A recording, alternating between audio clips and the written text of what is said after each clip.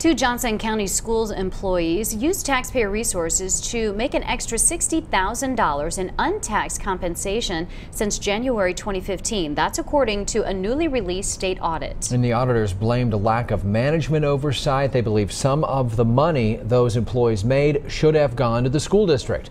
A spokesperson told community watchdog Nate Morabito Johnson County Schools likely violated two state laws.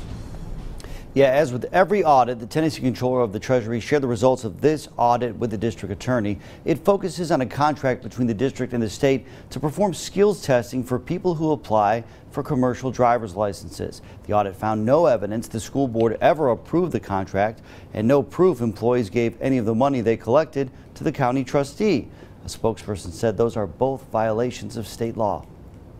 Over a 17-month period, state auditors determined Johnson County's transportation director and another employee completed at least 800 CDL tests between the two of them, tests that allowed the school district to charge up to $75 per exam, plus an additional $50 for use of school equipment, a practice the state comptroller's office found to be lucrative for the employees, but not necessarily taxpayers. In some cases, these employees were supplementing their income by tens of thousands of dollars over the last year and a half, providing these tests to folks that the school board had no knowledge of. John Dunn says the school board also never approved the contract which allowed the employees to administer the tests, and the school district never kept track of the money collected. It was very hard for us to figure out exactly how much money was given to these employees because there were no records.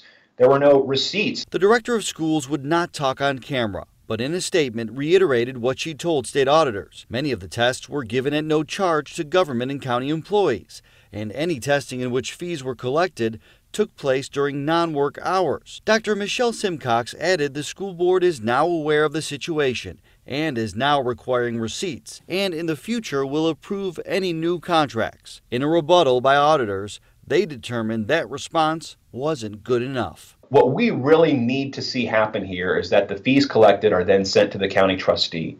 The school department may keep a portion of the revenue that's collected for the use of its facilities, and any money that's given as compensation to these two school employees should go through the school payroll system so that appropriate taxes and deductions can be taken.